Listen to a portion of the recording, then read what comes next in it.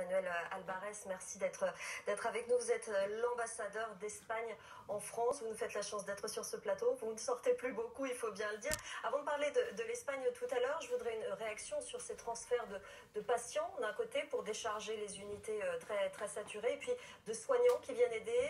Votre réaction pour la France et puis est-ce que vous voyez ça en Espagne aussi? Moi, je pense qu'une des bonnes choses, si on peut parler des bonnes choses comme une crise comme celle-là, c'est cet élan de solidarité.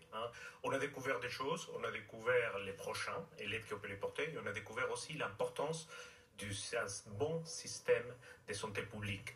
Je pense qu'on doit aller vers plus de ça dans les prochains jours. On doit s'entraider entre régions et aussi entre pays. C'est aussi l'heure de l'Europe.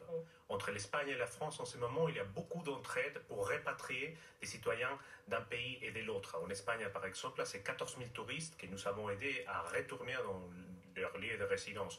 La France est en train de nous soutenir pour faire retourner des ressortissants espagnols de l'Asie. Nous sommes en train de faire de même pour des Français qui habitent en Amérique latine, en Amérique centrale. Vous restez avec nous, monsieur l'ambassadeur, bien évidemment. On va longuement parler de la situation très compliquée en Espagne actuellement. L'Espagne est le deuxième pays le plus infecté en Europe après l'Italie. 838 morts en 24 heures en Espagne, d'après le dernier bilan, ce qui porte à plus de 6500 le nombre de victimes. L'ambassadeur d'Espagne en France est toujours avec nous, José Manuel Albares. Comment expliquez-vous, monsieur l'ambassadeur, ce nombre aussi élevé de victimes en Espagne et cette situation aussi critique? Tout d'abord, on pensait pour mon pays, pour sa capitale qui souffre beaucoup, ma ville natale, Madrid, et pour tous les gens qui se battent très courageusement en Espagne pour arrêter ce virus, notamment les personnels de santé. Il faut relativiser les cas et il faut en même temps regarder les cas espagnols. On les relativise parce qu'il faut dire qu'aujourd'hui, un tiers des personnes autour du monde sont confinées. Et il y a 183 pays qui sont touchés.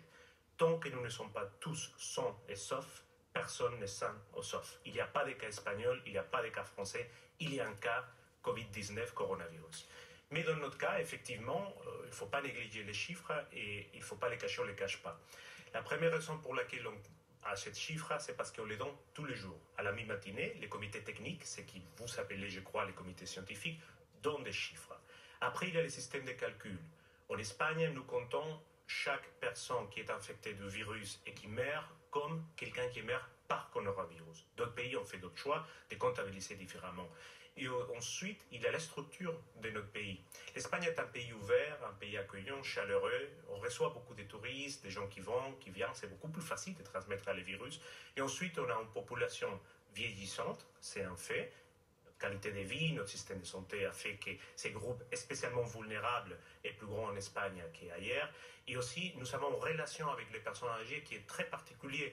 Nous aimons qu'ils soient parmi nous et être en contact avec nous. Les personnes âgées habitent en famille beaucoup plus, ils sont en contact avec les enfants. Quand ils habitent dans des EHPAD, on aime bien les sortir pour venir déjeuner à la maison, ensuite ils reviennent. Tout ça, c'est des facteurs qui probablement expliquent ces chiffres aujourd'hui. Est-ce que votre système de santé, et particulièrement la prise en charge dans les hôpitaux, est comparable à celui de la France? Et du coup, est-ce qu'il y a des hôpitaux saturés? Est-ce qu'il y a des transferts? Comment ça fonctionne en ce moment? Il est comparable dans le sens que nous avons un système de santé public. Il y a aussi un système de santé privé, mais le gros, c'est un système de santé public universel. Et ça, c'est très important. Et ça continuera pendant que le coronavirus dure et au-delà à être comme ça. Nous ne laisserons personne derrière. Peu importe son origine, cet état de santé avant, son âge ou son lieu de résidence. On fait aujourd'hui face à quelque chose qui n'était pas prévisible pour notre santé de système, mais qui n'était pas prévisible pour n'importe quel système de santé au monde. Coronavirus, aucun système de santé est préparé pour cela. En plus, on fait face à un marché très agressif en ce moment sur des produits dont on a spécialement besoin, comme les produits pour les unités de soins intensifs, les masques, etc. Alors, qu'est-ce qu'on est en train de faire? Comme partout dans le monde, on est en train de retarder l'infection. L'important n'est pas seulement de ne pas s'infecter, mais que nous nous infections tous pas en même temps. Ça, c'est aussi grave. Et deuxièmement, on fait preuve de rapidité, d'imagination, et on essaye de parer au même de nous-mêmes. Par exemple, le même endroit qui, en décembre, a permis que la COP25 ait lieu en Espagne en un mois, c'est le même endroit qui a été transformé dans un hôpital avec plus de 3000 lits. On fait tout ce qui est dans nos mains. Et les citoyens espagnols sont en train de faire preuve aussi de beaucoup de conscience. Ils sont conscients qu'on est en guerre et qu'ici, chaque citoyen est un soldat.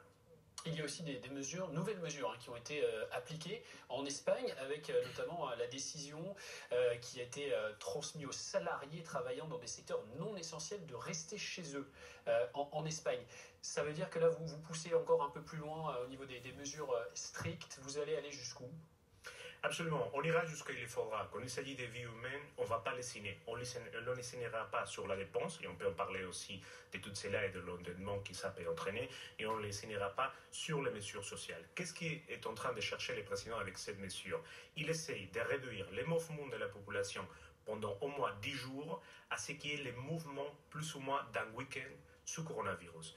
On a remarqué que les week-ends, plus ou moins, il y a très peu de mouvements, mais il augmente avec l'activité économique pendant la semaine. Ce qu'on va faire, on va essayer, en réduisant à l'activité économique absolument essentielle, c'est que les mouvements se réduisent pendant une longue durée de temps, presque des semaines, à ce qui est l'activité d'un week-end. Essentiel, pardonnez-moi, essentiel c'est quoi? C'est la santé, l'alimentation? Aussi les moyens de communication, par exemple.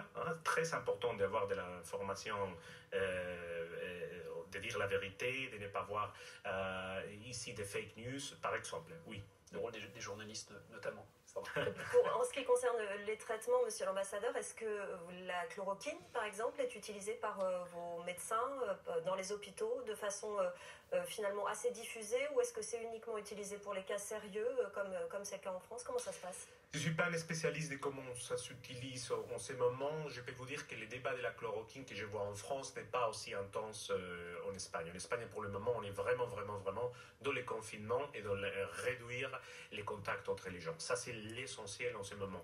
Et d'un autre point de vue, il y a deux autres choses qui nous mobilisent énormément. Chercher du matériel dans ce marché très agressif et très tendu en ce moment, c'est très compliqué parce que nous voulons tous les mêmes produits en même temps, et essayer de mobiliser l'Europe. C'est vraiment l'heure de l'Europe. L'Europe peut jouer un grand rôle dans ces achats groupés, et aussi l'Europe peut mobiliser des ressources économiques. Si tout cela finisse avec un taux d'endettement formidable pour tous les pays de l'Europe, on ajoutera une crise sanitaire, une crise sociale, et ça sera vraiment la catastrophe pour nous tous. Merci beaucoup, monsieur l'ambassadeur, d'avoir été avec nous sur le plateau de BFM TV, donc pour parler de cette situation compliquée en Espagne. On espère bien sûr que ça va s'améliorer comme dans l'ensemble du monde.